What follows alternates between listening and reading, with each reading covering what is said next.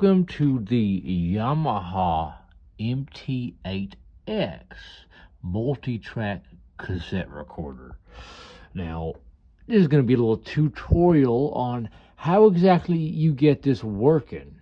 Okay, so number one, on the top right hand side of the unit, I believe you'll find yourself a power button right there. You press on that. That'll actually turn the unit on. Okay, now first thing you're going to do is you want to go look at this pitch control varispeed. Now you're going to want that likely on fixed. That way you don't worry with yourself about getting any pitch discrepancies across the board. Okay, so basically the way this unit works is it's got 8 different channels on it, okay, but only 4 of them have preamps built into them, meaning only 4 of them can be recording at one time. Okay, does that make sense now? So, having said that, what you're going to want to do is you're going to want to run your microphone into these things here, these inputs here. They got a mic input there, there, and there. Now, unfortunately, this machine doesn't have any XLR input, so you're going to need a 1/4 inch to XLR to be able to, plug a mic in. But let's say you're doing 1 track at a time, okay? You're just doing 1 track at a time across the board. You're going to start with your drums, and you're going to move to your guitars, your bass guitars, your tambourine, etc., etc., etc. What you're going to do is you're going to come over here, son, okay? And you're going to want to, you put a mic, let's say you put it into input 1. You got your microphone, right? You got it ready to go, right? You got it ready to go. You come over here to assign, and you're going to want to put that, you're going to want to have that assign sticking on 1, 2. Make sure 3, 4 is not pressed down. You're only going to want 1, 2, okay? And then you're going to take this fader on track 1, and you put it right up to where that white marking is there. That tells you that's, a good balance. You're going to come up here, and you're going to set your gain. This is how loud your preamp's going to be for the microphone. So if you got a microphone plugged in there, you set it until you see the levels, at a good level. Now, then you go over to this side and you press whatever track you want to record. So if you're, plugged into track 1 here and you want to record on the track 1, you just press 1 there. Now you see after you press that highlights that 1 blinking there. That's saying, hey, I'm ready to record, if you will, okay? After you do that, what you do is you go down here, you press your record button, and that's going to be showing you, hey, we're ready to track, we're ready to rock and roll, okay? So as soon as you hit that play, it's going to start recording onto that track, okay? It makes sense?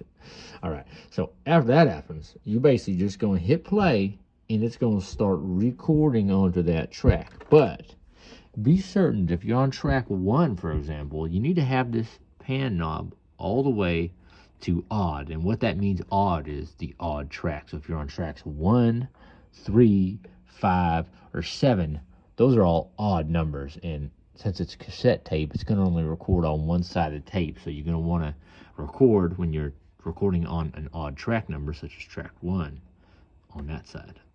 I know that sounds confusing, but that's how it works. You click 1 and 2, that's for tracks 1, 2, 3, 4, because that's the, one side of the tape.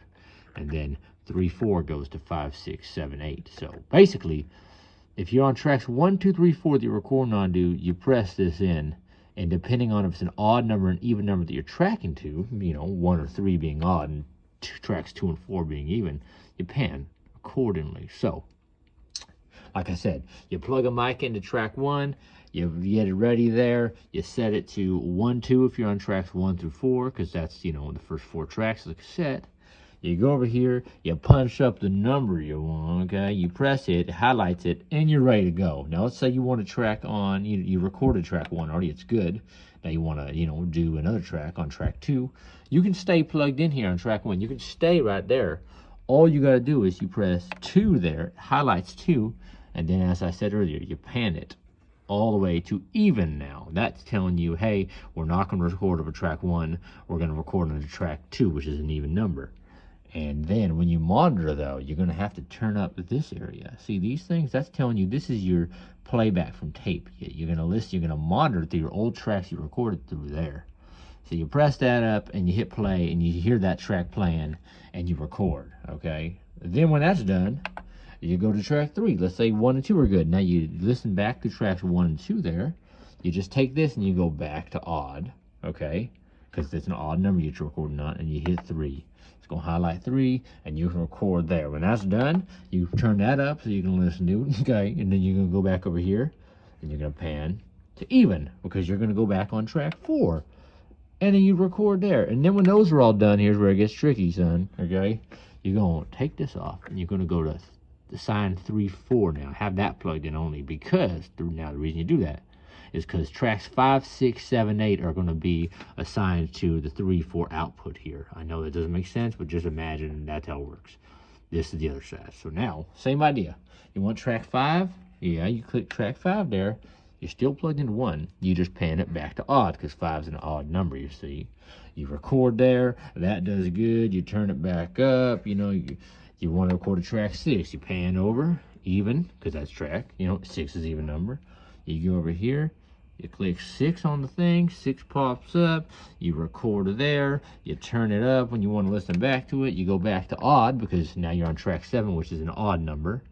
You come back over, you punch in track 7, you record onto track 7, you turn that up here, because you're about to do track 8, so you can listen back to it. You pan right back over the last time. Track 8 is an even number, so you go to even. You go over here, you hit 8, you record onto this sumbitch, turn it off, you turn it up, and you have a full set of tracks here. Now, all you're going to want to do as far as this whole section here is you're going to want to go to monitor select, and you make sure 1, 3, 2, 4. You make sure those 2 are plugged in, and you make sure Q is plugged down, and you make sure 2 track is plugged down.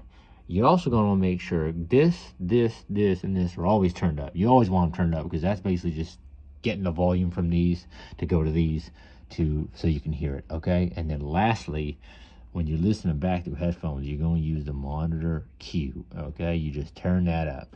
And then this is your master fader, which is going to be the overall volume of all the tracks. This is your headphone volume, but this is actually the volume of the whole machine, okay? Just have these all turned up here. You have that turned up there. You plug your headphones down here into the phones part right there. And I mean, that's basically it, son. If you want to put this out to something else, you want to, put it through a machine, you just come out the stereo left, right here, and you plug it in, and that's it. Now, if you have any questions, let me know. But that is a quick and dirty version of the Yamaha MT8X, okay? Have a wonderful day now. I hope to hear back from you soon. Bye.